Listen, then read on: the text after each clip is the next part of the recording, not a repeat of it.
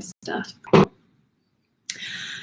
Hi everybody, good afternoon, welcome. Thank you so much for joining us today for the next in our series of In Conversation with webinars. I'm joined today by Neil Bage. Hi Neil. Hello, how are you? I'm good, thanks. How are you? Yeah, all good, thank you. I'm looking outside at the sun, thinking I could go and sit out there and have a cup of coffee, but instead I'm sacrificing the coffee to sit and talk to you. Oh, well, and the sun. I think it's worth it. And the sun. Do you know what, actually, it's not really here, it's really windy, but yesterday it was like 20 odd degrees and I went to the beach. Back near your hometown, I went to Seaton Carew Beach yesterday. Oh, very nice. And it was genuinely being in the Costa del Sol. It was unbelievable. Yeah, do you know what? Years ago, when I first took my wife to Hartlepool, which is where I'm from, and my family still live, and it was in the middle of the summer, and we walked down to Seaton Carew Beach, and she was completely stunned, given that she was born and raised not far from Bournemouth Beach. She was completely stunned that there was hardly anybody on this kind of mile upon mile upon mile of proper golden sand, and there was about 10 people on there, and she just couldn't get that into her head why it's not used as much. And then I told her to go and put her feet in the Northeast Sea. and she realised why. Did try that yesterday. Yeah, literally ice, absolutely icy. It is. Well, thank you so much for joining us today. I think most people are aware by now, but the reason for these webinars, this series of webinars, is because we had our conference. It was booked in for the 3rd of June. As with most things, it's on a hiatus right now, but we still wanted to kind of talk to some of the people who were booked on to speak at the conference, the theme of which was evolution. So as you, this webinar will be recorded. It is available to watch back afterwards, and also if there's any questions that anybody has, feel free to pop them in the chat pod and we'll try and pick them up as we go through. But I'm basically going to chat through with Neil what the original plans were for the conference and actually what the effect of the last crazy few months has been.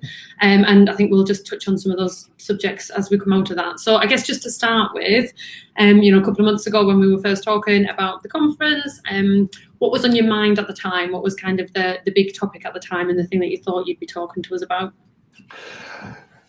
I thought I was going to be talking about, and it's still very relevant actually to everything that we're going to talk about today. So it's a subject that never vanishes. I was going to talk about, I was going to kind of wrap up evolution, as in how we as a species have evolved over kind of 3.5 million years, but actually how kind of running alongside that, we also need to be conscious of and take into account the evolution of society as a whole and the lives that we live, and how. And I think that the title I was going to use for the presentation was The Tortoise and the Hare, and using that analogy to say that actually humans evolved very slowly. And so we are the tortoise in that story. And society is absolutely the hare. Society moves at a rate of knots. And we spend a great deal of unconscious effort just trying to keep up with it. So I was going to talk about that, and then I was going to relate that to what that means for financial professionals, advisors, financial planners, in relation to how they interact, engage, and work with their clients in the financial planning world. So yeah, I was really looking forward to doing it. But you know what? This is great, and I'm really glad that you're doing these because it at least allows those really interesting subjects to still be heard. Well, and as you say, actually, they're such big topics that, particularly yours, there hasn't been a huge change in it in terms of what, the theory was if we could wave a magic wand and actually, COVID-19 had disappeared, and on the 3rd of June we could get everybody in a room and we could have the conference that we were hoping to have. How would the original topic that you were going to talk about have changed? But would it have changed much? Is it kind of broadly similar? It's interesting, Kathy, because actually I think, so if I kind of backtrack slightly, so 3.5 million years that we've been around, that depends on which anthropologist you speak to, because some believe it's actually 5.5 million years. But actually what we're trying to go back to is the point where we became bipedal, where we climbed out of trees and we started walking on 2 legs. That's the date I refer to. So 3.5 million years. And what's happened in the 3.5 million years to leading to today is lots of things have developed. Of course, our brains have developed, our skills as human beings, as a species, have developed. All of the things we're aware of, we've domesticated fire, we've mastered flight, all of them things. But there are some things that actually we kind of that haven't left us, if you like, or develop at a much, much, much slower pace. One of them, by the way, is our ability to read and write, which people never think about. You know, there's still in the UK, 15% of the UK population have a degree of illiteracy, according to the Office of National Statistics. So, you know, our ability to do basic functions is still, to some people, a challenge, if you like. And then coursing through our veins, if you like, we have anxiety and fear, all of which are all built into our survival mechanism. And of course, the stuff I talk about more than anything is we have our unconscious behaviors that manifest themselves in the way we end up making decisions. And all of this stuff is kind of hardwired into the brains of every human being and develops at a snail's pace. You know, it really does develop slowly. And of course, as I've just said in the kind of the preamble, the world around us evolves at a much quicker pace. Just think in our lifetime, you know, and I know I'm older than you, but in our lifetime, you know, when I was a kid, I didn't have a computer at all until I was about 11, maybe 10. I'm 45 now, so that was 30 years ago, you know, 35, 20, gosh, can't even do the math. 35 years ago that I got my first computer, and that was a Spectrum ZX64K, and you know, just to play games. And that was, in my lifetime, it's gone from having to put a cassette recorder in to load a game that loaded over a dial-up type system at some point when Wi-Fi came in, you know, to where I can just click on a PlayStation and I can download a game that has been made in kind of 4K that feels immersive, you know. And actually, that's not a great, in the span of humankind, that's a dot in that kind of timeline, if you like. And yet it's a significant change that I need to adapt to. You know, I'm looking for my mobile phone. These things here, right? You know, these haven't been around in the scheme of things for a long time, and yet they've transformed how we live our lives, right? Not just how we make phone calls, which I would argue not many people use them for anymore, but how we instantly communicate with each other. And our brains have had to learn that skill. So we are learning new skills really, really quickly, and our brain is struggling to keep up with that. So back to your original question, will things have changed? Of course they will, because we've been through a pandemic. And one of the things that the pandemic has kind of proven is that when you are bombarded with information, as we have been, it creates a heightened state of anxiety. It creates stress. It creates worry. It brings with it fear. It kicks in our biology systems, you know, such as our sympathetic nervous system, which is our fight or flight mechanism. You know, so we've been through a period where we're trying to catch up anyway, and then all of a sudden we were bombarded with lots of stuff that our brain had to process and cope with, and it's been a really tricky time. So it would have kind of enhanced the story, I guess. It would have kind of it would have been a "I told you so" moment, that this is how we cope. You know, when when we're presented with lots of information that we have to deal with. So with that, how do you think we cope? So I do a newsletter every Friday. It goes out at 2:00, so it'll be kind of hitting people's mailboxes right now. And I write it on a Friday morning. And so obviously I wrote it this morning. And what I wrote about was change. And this week in financial services, in the press, I've seen a lot more stories around firms that are now looking at how they are going to grow out of the current situation, the kind of change that they're going to do, whether it's internal, whether it's how they have their staff, whether it's how they deal with clients. And there just seems to be a lot more of that around at the moment. And one of the things I'd done was I'd looked up, and there's a change curve, and it's kind of the emotions that people go through when they are dealing with something like this. You know, it's almost exactly like watching the living out of COVID-19 on a curve, where it started off with a shock, and there's the fear, and there's kind of you sinking all the way down to depression, and then there's an element of acceptance, which then moves you back up to, you start to get this momentum, and you start to problem solve, and you start to embrace change. So there is, I guess, a very natural curve, but then feels like the current situation, there's nothing natural about it. It doesn't feel like anybody's lived through this before to be able to go, well, that's quite normal. That's how we'll deal with change. So is that kind of the way that you would see that as humans and as business owners we would normally deal with it, or are you seeing anything different this time? No, one of the things that humans are amazing at, Kathy, is adapting. We are masters of adaptation. You know, we have been in the 3.5 million years that we've been around, and we will continue to adapt and mold ourselves to the environment that we live in. And if you just think about it was probably only about a week, maybe 2 weeks, 3 if I'm being kind, where people went from a holy crap, what's happening, to them talking about the new normal. Right, so we adapt really quick, and we spend the first week and a bit completely whinging about everything that's happening, and of course that's normal too, because it's all those anxieties and worries that have been surfaced. So we need an outlet for that. But very, very quickly we adapt and we fit into a new routine, and we've seen that now. People working from home now, they're saying, "Oh, actually, I think I'd like to work from home more." Now I'm used to it. Now it's become a routine.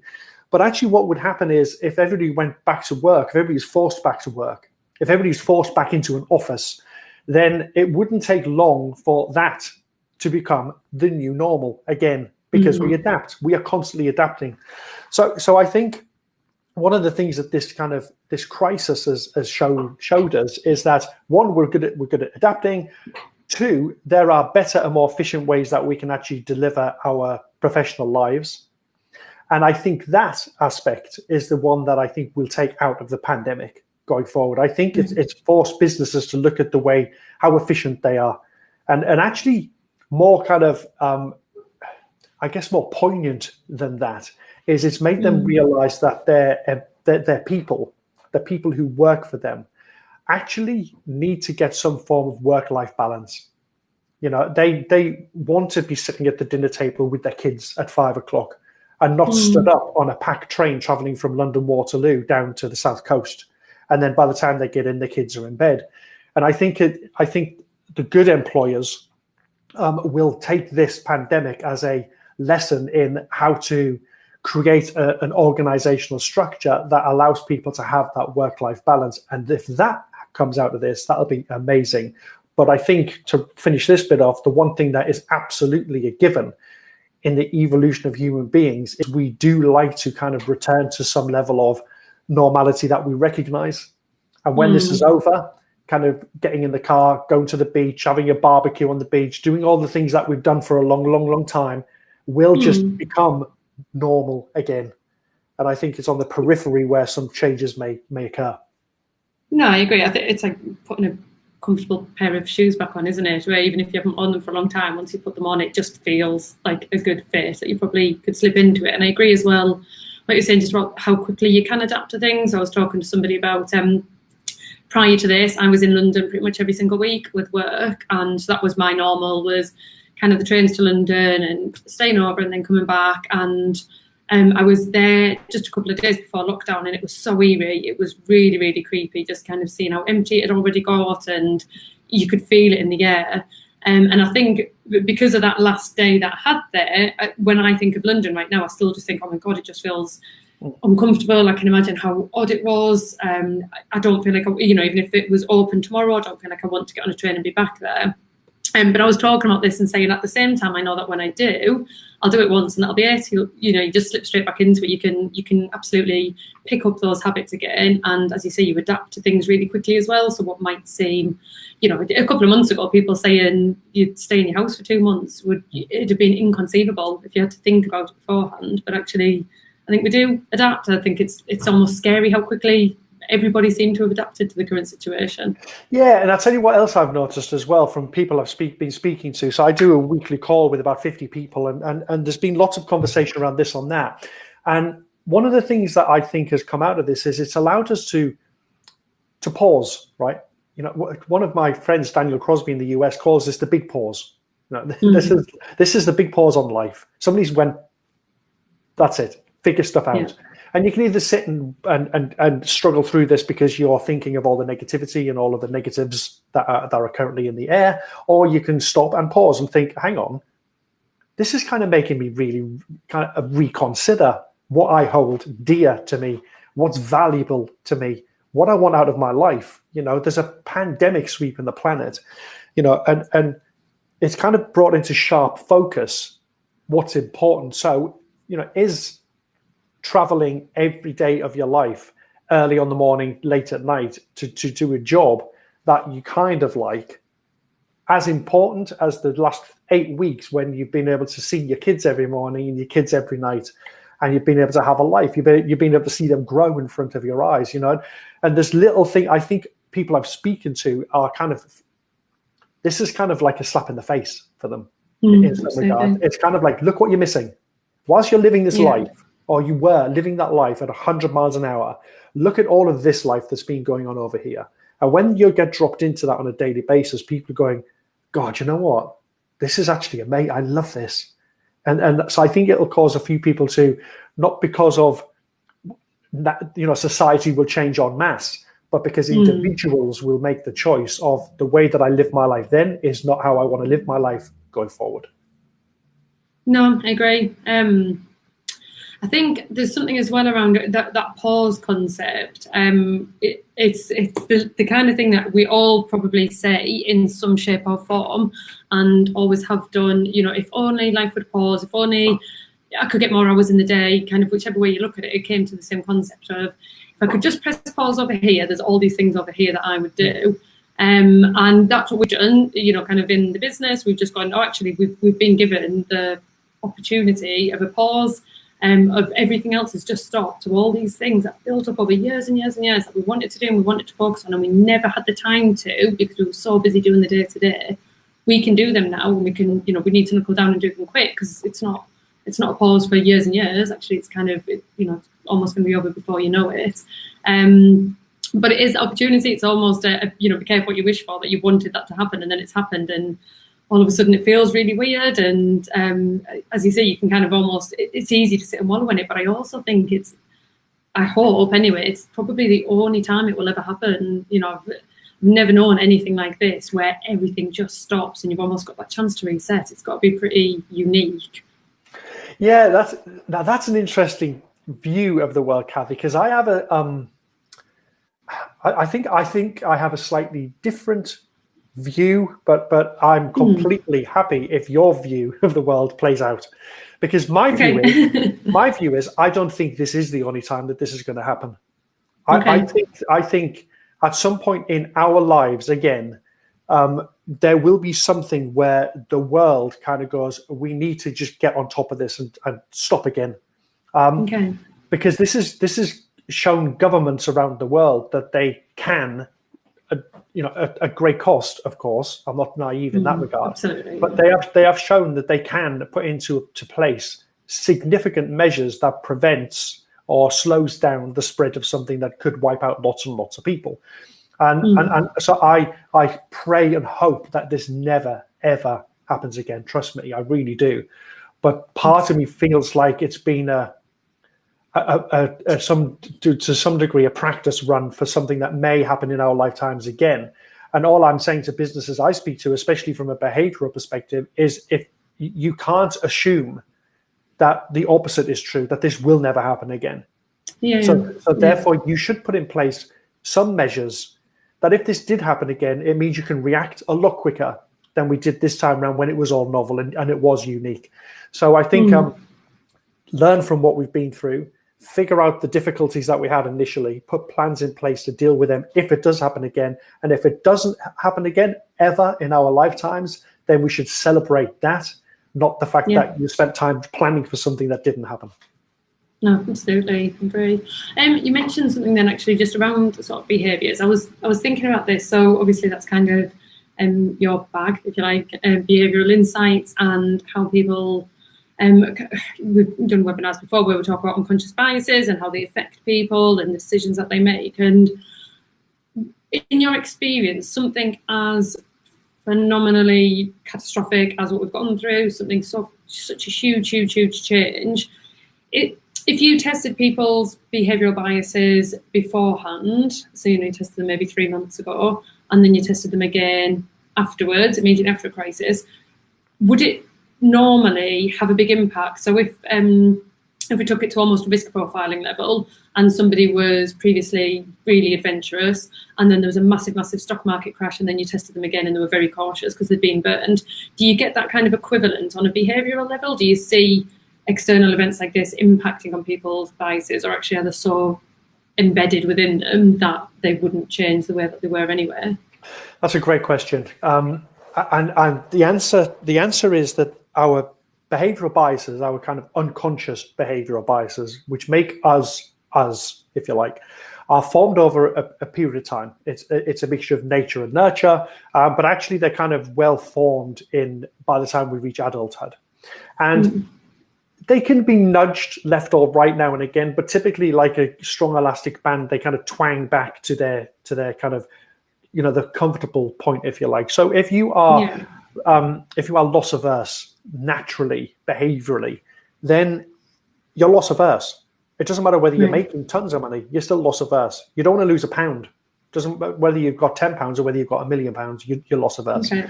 And there are other behavioral biases like that actually kind of just very rarely change, but they are dominant in the way we process the information we're receiving when we're navigating the world as we have been over the last 8 weeks. But you raise a really interesting question by mentioning risk profiling, and I don't want to pick on that process per se, but it does bring into, again, same phrase as I said before, kind of brings into sharp focus the two things about being a human. Number one is we have a subjective view of who we think we are. Right? We have this. So I have an image of Neil Bage and Neil Bage in the world, and I have a view of Neil Bage as a husband. I have a view of Neil Bage as a friend, as a business partner, as a speaker. All of these things all live in my head, and they're how I see myself in the world. Sitting alongside that is the objective reality. So whilst I think I'm a great husband, the only person who will be able to tell you if I am is my wife. If I think I'm a great friend to all my friends, the only people who can tell you whether I am is my friends. And they become the objective measure against my subjective view of myself. Now, there are certain processes we go through in this industry that ask a client to self-rate their views of how they may behave or how they may react or what they may think. And that is completely a subjective view. There's no objectivity built into that at all. And I was speaking to a financial advisor this week, and he was telling me a story that happened 2 weeks back where a client came and said, I need to get out of my investments. 3 weeks I've waited to have this conversation, but I'm really not happy. I'm feeling really anxious. I just want to get out. And he referred her back to her risk questionnaire that she'd filled in. And one of the questions was, if markets fall, I would feel anxious. And she ticked, disagree. Right. And here she was in his room saying, I'm feeling anxious. And she said to him, the words that came out of her mouth were, I get what I filled in on the form, but I didn't know how I was going to feel until it happened. And that's my point. I make this point time and time again. Asking people to predict how they're going to behave is fine, I guess. It gives you a sense of who they think they are and their place in the world. But what's more important is understanding how they actually will react, because that gives you the ability to be forearmed. It gives you the ability to kind of have a vision of what may happen and put plans in place to mitigate against anything that could damage their financial plan. So to answer your question in a nutshell, many unconscious behaviors kind of are there, they're formed, and we use them to make decisions. But anything where there is subjectivity involved has a greater deal of flex in how we answer questions around that. Interesting. I'd seen a risk profile question recently, which actually I presume was trying to address that point, and it said, how would a friend of yours describe your tolerance to risk? Would it be low, medium, high, whatever?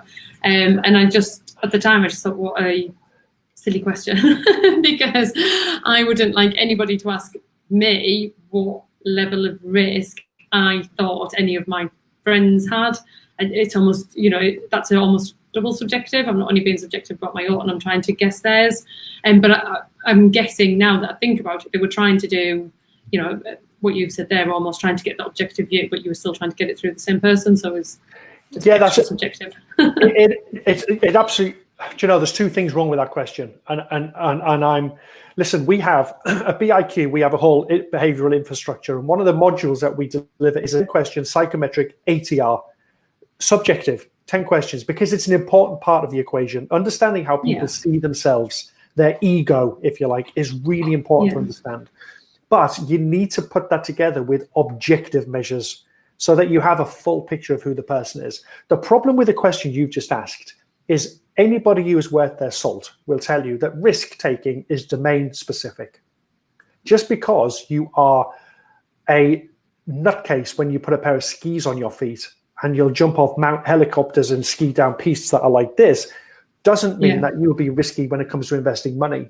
It's not true, right? So risk-taking, number one, is domain specific. So when you say, would your friends describe you as a risk taker? The question that I ask myself then is, in which domain? That's point number one. Number two, which friends?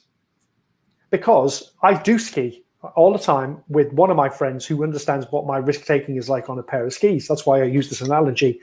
Another one of my friends has never been skiing with me in my life, only ever sees me in my professional capacity. So he would say, oh no, I think Neil's quite cautious. My other mate, my skiing mate, would say, no, Neil's got a good degree of risk taking in him. So which friend and in which domain? That question in itself, if you isolate that question, is not good enough at eliciting a risk profile of a client. It's one of my go-to slide questions I put up at conferences. Would your friends describe you as a risk taker? Oh, really? Oh, I haven't even been to your conference, I just guessed. Yeah, exactly. I really have no idea what my friends would say about me. Well, I do. Probably not one for the webinar. So if we start to look to the future, obviously we know what's happened recently. We knew what happened in the past and kind of where we were beforehand. And a big thing that we've done is kind of build Verve 2030, and we've basically created this picture where we've said, okay, if COVID hadn't happened and we'd carried on progressing at the pace that we were, which was, kind of slow and steady away, what do we think the Verve group would have looked like in 2030? And then we've pulled it all the way back and said, right, we'll build it right now.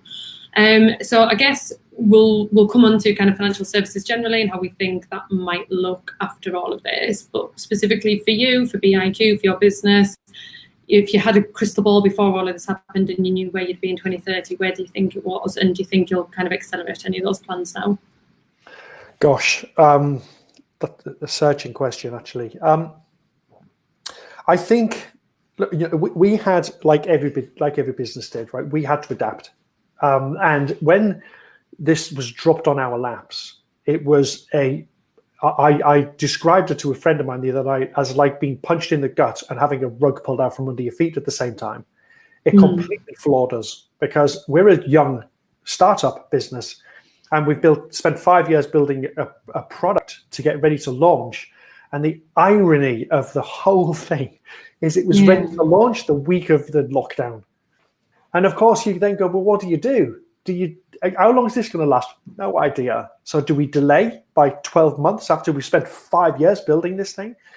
So, and then you think, well, actually what we wanted to do was roll the tech out, figure out how people were using it, adapt, and then do a proper launch late summer. That was always the plan. But of course, that the lockdown changed everything for us in that advisors kind of also rightly kind of went, I need to focus on me, my business, and my clients. I can't have these conversations about bringing in external software now. Even though I understand its value, I can't do that right now. So I described it as a double-edged sword for us. That not kind of now more than ever is the need for behavioral insight relevant.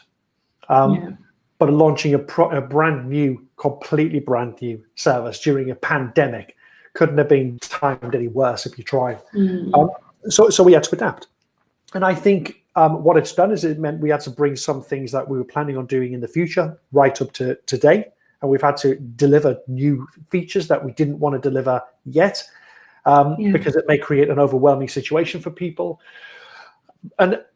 But I think we'll get through this fine. I do. I mean, I say we'll get through it fine. It's been a struggle. It really has been a struggle. It's been really hard. But it has been hard for other people. We aren't unique in that regard. So we've adapted. We've done things that we didn't want to do yet because we had to do them. We'll get through this. And I think after this kind of big pause, after we start to get some momentum in life again and normality returns, I think we will, like other businesses, sit and kind of reflect and then create a plan for going forward. But like I said to you earlier, that will include a proper contingency plan this time. Yeah. Because that's one thing that we didn't have, and I doubt many businesses had, is a contingency plan that just sits on the shelf in case something happens. And that's one thing as a business we've absolutely learned from this, that just making sure you know what the worst case scenario possibly could be and have a process that you can put that into effect quickly it's a great comfort blanket to have over you. It is, and it's nobody had this particular type of crisis in their business continuity plan or the contingency plan, and it was a lesson I did learn, but maybe not enough. Years and years ago, I've told the story before, but when I first started Parasols, I didn't have a Mac. I had a computer, and it was a tower underneath my desk, and it was just me, and I'd work, and emails backwards and forwards, and all the rest of it. On one day, I'm a fidgeter anyway, and one day I'd crossed my legs and knocked the tower over, and it literally just fell and shattered. And shattered the hard drive, and I lost absolutely everything that I had at that point. Once I bought a computer, I had to restart it, and I had to just go to all the clients I could remember because I didn't even have their contact details and say, I've lost all the work that you sent me. And it was just, personal to me, my business, the biggest disaster I could have had for a brand new business. And so I did learn lessons, and after that I created a business continuity plan. And I did at that time have this sort of fresh view of it, where rather than just doing a plan for the sake of doing it, I was sat there going, the worst thing for me did just happen. And I was able to then create a much more, I could kind of sit and go, okay, well, I don't know, what if this happened, what if that happened? And I could visualize much more drastic potential problems than I could have done before that had happened, and when it was just a bit of a paper exercise. But then I think over the last 10 years, that's kind of softened, and it's come back to being a bit of a paper exercise. And then this has happened, and it's exactly that again. It's kind of, you almost need the unimaginable to happen so that you can imagine it and that you can actually do something. And you're right, it's a comfort blanket if you can do it and have planned it out and know that it is there, and hope that you never need it, but at least it's there if you do. Yeah, but you know what, Kathy, I understand why you didn't think in terms of kind of a global pandemic, right? Because we live our lives processing information and understanding the chance of things happening to us, so the probability of things happening to us. And there at the very, if you kind of like think of it as a distribution curve, at the very, very ends of those kind of that curve are the slimmest of slim chances of things happening. Yeah. And a global pandemic with lockdown and people being furloughed and people losing their jobs and people dying is probably sitting at one of those ends, right? Of the likelihood of that happening in reality is so slim that actually it becomes really difficult for our brains to even visualize that happening. Yeah, but you're absolutely right. What this has done is perhaps it's given us a framework to actually think much more broad and deeper than we maybe would have when we were thinking about our business continuity plans. Maybe we now start thinking, wow, actually, this has been pretty severe. Could it get any more severe than this? Really? Well, of course it could. We could be on a complete lockdown, full stop. We could be under military lockdown like they were in Italy, where we actually can't go outside at all. We can't do, or technology could fail. We couldn't have Wi-Fi and on a lockdown. You could start, you could go. You could go. It's quite amazing, really. But I think the chance of those things happening in reality are really slim. And we should absolutely be focusing on the things that, one, we can control, two, that we understand, and then work our way out from that. But this has given us a bit of a prod in the ribs, hasn't it, about what can happen? Definitely, absolutely. So I guess looking more broadly to financial services then, so I mentioned at the beginning that there seems to be a lot more talk at the moment of firms starting to look at how they might adapt, how they might change, what they'll do differently. I see Paul's commented in the chat box around technology, and absolutely that's just ramped up several levels in the last few weeks. I think we were speaking to Neil Moles of Progeny last week. He was talking about how different their service is going to be, how they'll deal with clients now. So I do think there is going to be a lot of change in financial services generally, whether that's across the board or whether it's specific to certain businesses. And I guess it almost comes down to the owner of those businesses and the way that they do deal with change, and kind of I wonder if that's actually a thing in itself, almost how, you're saying as your biases and your behaviours are so embedded in you, if you are naturally naturally change averse, would that still be the case? Would you see a big difference in financial services business owners now, and how those businesses adapt to the current crisis based on the behaviours that are embedded within the business owners? I think, yes, you can be change averse. There's actually more than one behavioural bias affects that, by the way. But actually, you can be really averse to change, and you quite like the status quo. So status quo bias being one of them. But But that's when you're in control of your destiny completely. When change is forced upon you, and that becomes, so for example, early lockdown, I bet you good money there will have been advisors who, and not just advisors, I'm not just picking on advisors, many businesses who will have said, I'm not speaking to my clients on video using video technology. I will pick up the phone and I'll speak to them.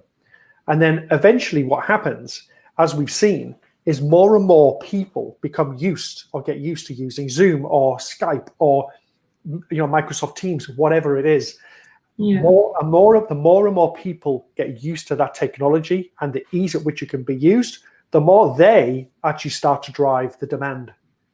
So those people who were resistant at the beginning, to a degree, get to a point where they have no choice but to do that because their clients are demanding that type of interaction. And I've seen this with half of my family in the Northeast who were kind of, I'm not doing this. I'm not using Zoom. We don't always have internet up here, Neil, That is true. Behind the curve. You are very true. And now every week I do a Zoom call with all of my family in the Northeast. There's about 17 people on the call, all my sisters and their kids. And I was thinking about it the other day, and I was thinking, this is quite amazing because I don't speak to my sisters. I've got 4 sisters. I don't speak to them all the time. And yet here I am now speaking to them once every week. And that's because several of them who were resistant to change have kind of just felt now, oh, well, everybody else is doing this, maybe I should. It's a classic. Also a bit of a fear of missing out as well. I was going to say, exactly. I heard, almost, well, if they're doing it, I want to do it. What am I missing out on? Yeah, of course there is, of course. But I think the way that I've seen more and more businesses over the last 8 weeks, advice businesses I work with, adopting technology. And for example, I'm now, excluding this webinar, I think since the lockdown, I've now done 29 webinars. 24 of 20, not at all. I love it. I'll talk to you any day of the week. But kind of 24 of them have been with the clients of financial advisors. Right. Now, just think about that, right? Pre-lockdown, how many advisors would have genuinely said to me, Neil, will you come and speak to my clients? Not many, right? I would suggest, unless you had advisors who ran client events. But now all of a sudden, advisors are becoming innovative and thinking, I need to continually engage with my clients because there's lots going on. And I want them to hear positive stories and get positive news from me. Actually, let me try using this technology and doing a webinar for my clients. And it's been a resounding success. And the feedback from clients of advisors is, actually, even when the lockdown's finished, this would be a great thing to do once a month. Just to allow people who have something interesting to say into the living rooms of clients is one of the developments, which is great, I think, following this.